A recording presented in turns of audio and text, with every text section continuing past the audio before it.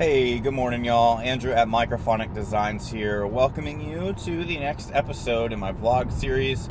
This morning, we're headed down to Lake Dallas High School, which is a fairly local client to where I live compared to the other two schools that we've been to this week.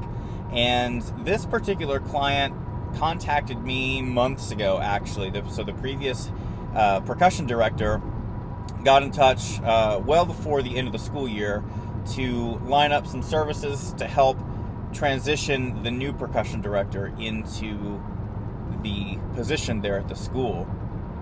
So I got a lot of information from the previous guy, a lot of helpful information about what their previous layouts looked like, where things are, things that I might take a look at, and I'm curious to see if the new instructor or director rather has changed anything, or if there are any major like show design type stuff that I'll need to account for.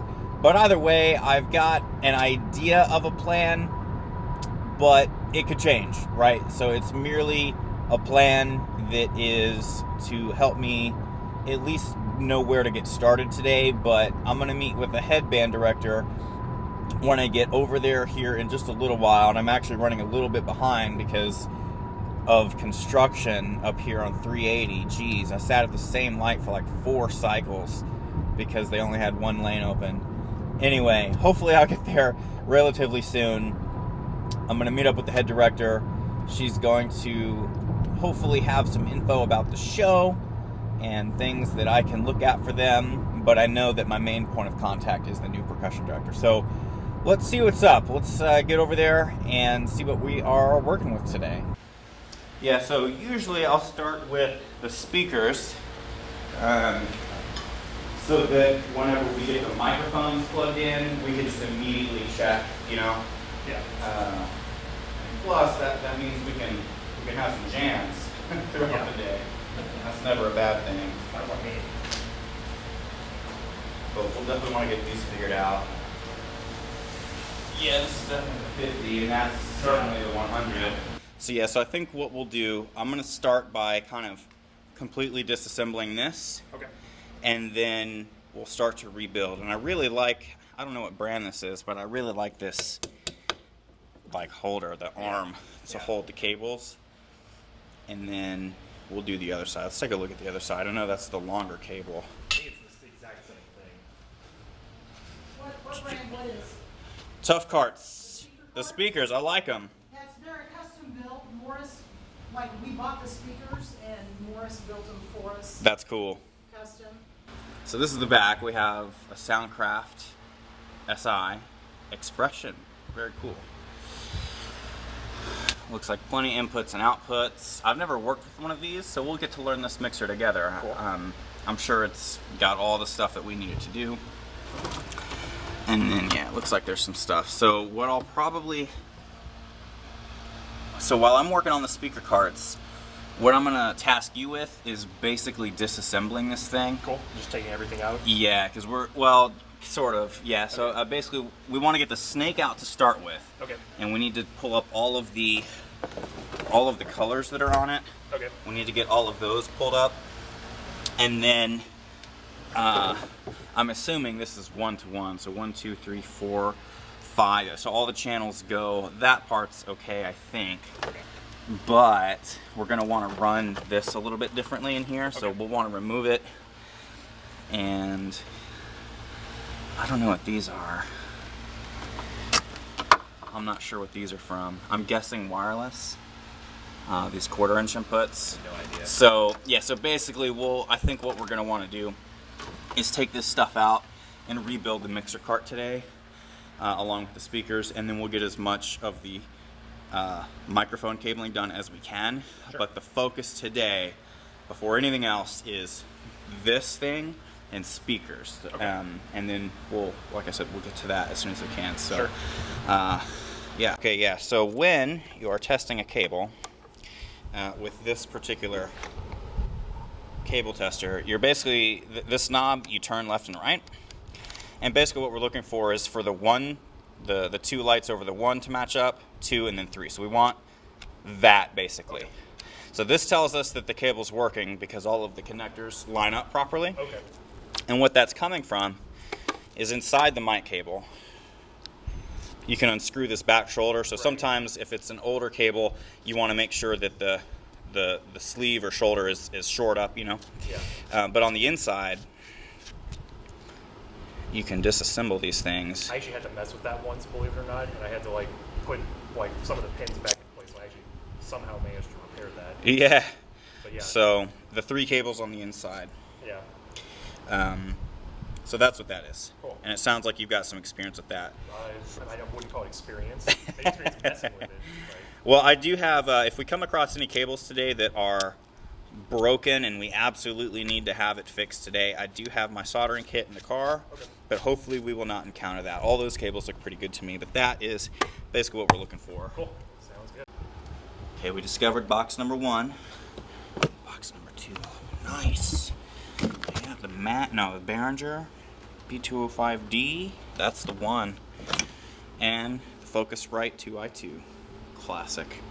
So basically the cable, the important thing here is these, although they don't need to be this cartoonishly long. Yeah. We really only need like 5 foot, 50 foot, 10 feet longer, or 5 times, 10 times longer. My math today. Maths. I can't do it. Yeah. So I would say let's get that MIDI controller out. Okay. And we'll start to piece this together so that when we get to the cabling, we'll be able to just do it. Because I think what we want to do is we're just going to chain it over. Through the vibes. Yep, and then we'll have a mini bundle that goes from here. So basically we'll have a cluster of probably 10-foot cables Okay. to get that are bundled together that go up to the snake. Okay. The hard part's going to be the color coding, I think, for that one, because I've got 6 colors, and we're going to do red, white, blue, yellow, green, orange, and it'll make sense here in a second with the way the stripe system, and that leaves the synth. So we'll figure it out. Revised speaker cart, looking really clean, really good. I got the audio wrapped around away from the power cables, and they're gonna meet there so that the connection, like the snake part or the long cable part, can be hooked up to these instead of directly to the back of the speakers. That'll be a little safer for the speakers, so that if it gets tugged on, it'll tug here instead of on the input jacks, and it'll help the speakers last. So first things first, I'm going to remove the power cables here.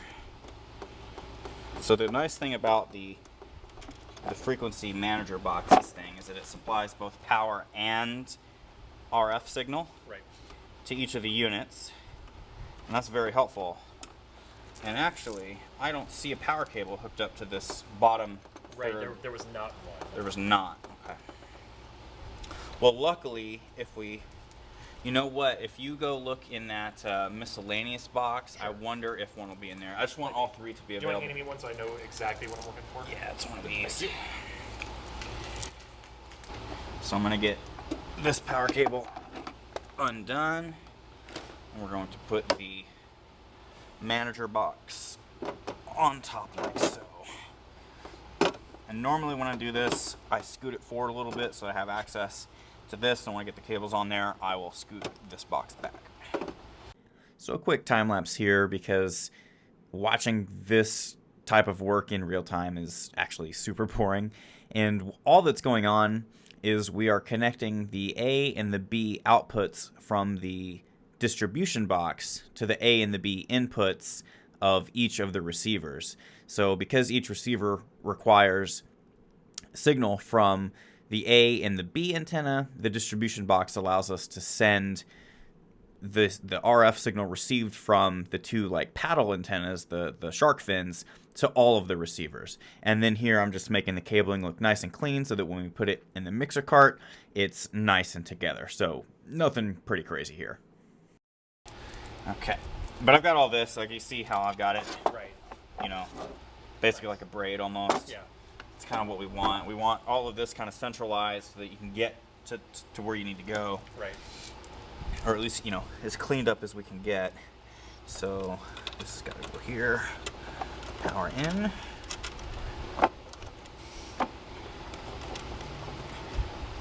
I really like that Shure has the threads on the power cables. Yeah. Because you do not want these things coming unplugged. I had a situation once last year. It was either, I don't know, it was some point in the last year or two where we were rolling on it, like I was going onto the field with the school for a contest. Yeah. And soloist moment comes up in the show. Nothing. No wireless. We had checked the frequencies in the lot at the gate. Everything was looking good. Yeah. And so when we were loading the truck, like before we loaded the stuff, I was like, let me take a look. As it turns out,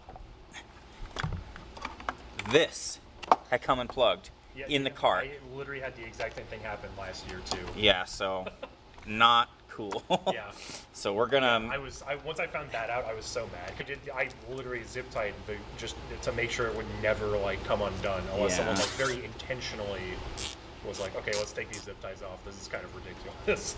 I mean, it's one of those things. It's like clearly that's the difference, though, right? It's the difference between a successful show, or what could have been. Yeah. Yeah. So this is looking good. Yeah. I'm happy with this. Nice. And then at this point, we'll go ahead and kind of slide this into place and get everything rack mounted. Cool. Yeah. That cable's not going anywhere. Alright, so this is a really helpful tip, I think. Especially if you have, this more pertains to like keyword stuff out there if you have to swap out a cable ever, like if one goes bad at some point. But this is a really good place to demonstrate it. So when you're swapping out a cable, in this case I'm swapping out zip ties, the way to do it is to cut the original zip tie, right? Get rid of the old zip tie.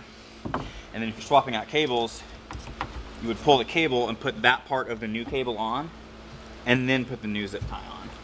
So that you're doing one segment of the cable at a time instead of removing all of it. Yeah. You know what I mean? Sure. So in this case, I'm redoing these because the little nub part was sticking out. So I've got to do it this. Yeah, that was sticking out, so I got to do it this way. Or maybe not here. So another time lapse, just making the mixer cart look really good. The colored cables in the mixer right now are actually the outputs going to the speaker stacks. I wanted a set of buffer cables between the output jacks of the mixer and the actual long combo cables that we have going to the active speakers.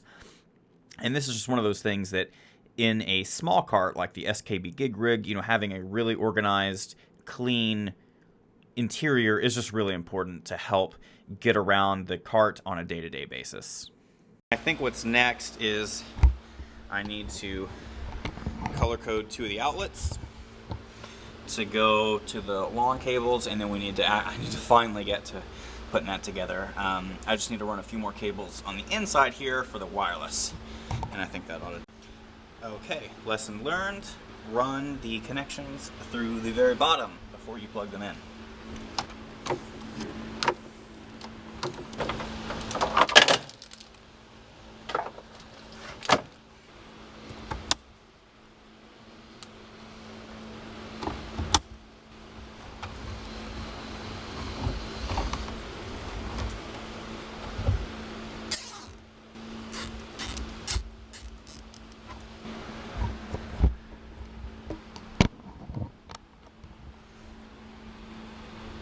So even in the case of the power outlets for the speakers, I'm color coding these so that you know which ones are going into. Perfect. That's important so that if one of them ever goes out, you'll know which one it was instead of it just being a guess every time. The final time lapse for this video, just me getting the snake color coded up. And this was sped up quite a bit because this took a long time. I mean, dealing with little tiny bits of tape like that just requires a degree of patience that I'm thankful I had today. And The color coding scheme, again, it's the same with just about every setup I do. And I've said it a lot. It's red, white, blue, yellow, green, orange, in that order all the time. And that is so that I can help folks. So whenever I get those emergency calls on the weekends, Friday nights, and they're saying that, you know, a particular channel has gone bad or not working, I can direct them to exactly what color I know it is. Okay, so to recap basically what we got done today, doesn't feel like much, but it was a lot. We completely overhauled the speaker carts. And I just want to get a quick look so that, you know, we can see the before and after. I think it's pretty well streamlined. We got all the color coding done for the instruments, and the mixer cart is now completely revamped as well. And really, the inside is where the magic happens.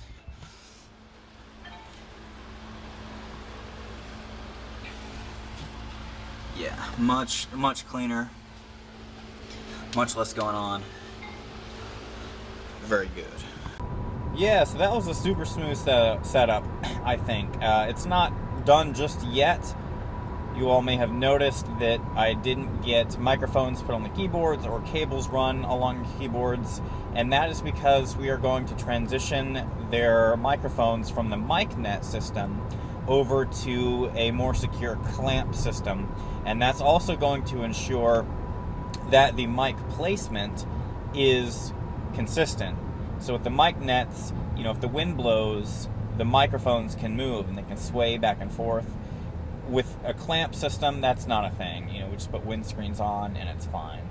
So we're going to hold off on cabling the keyboards until we get a few pieces of equipment shipped in. And then because they're a more local client to where I live, I'm going to be able to go back out at a later date, probably here in a couple weeks, and finish wiring the keyboards. Now, we did get all of the microphone cables for the keyboard instruments color-coded, and we have them dished out or divvied out to each individual keyboard. So the microphone cables are all color-coded, and they are sorted and organized as to which instrument they're going to go on. So all of the prep work is done, and at this point, once we get some new clamps and some other things shipped in, we'll be able to get the mics mounted and cabled up. And my guess is maybe an hour and a half it'll take to do all that. Probably not that long at all. I also wanted to really make sure that their speaker carts and mixer cart were done. So this setup was definitely a full overhaul. So I'm headed out. Again, I spent about 5 hours over there today. I got there a little after 10. So a little over, or about 5 hours today, just on speakers and mixer cart and color coding the cables and doing all that stuff, all the organization type stuff. So even though this job is another one of those more simple designs where we're going to have, just like at Red Oak, we're going to have a regular snake go to the center.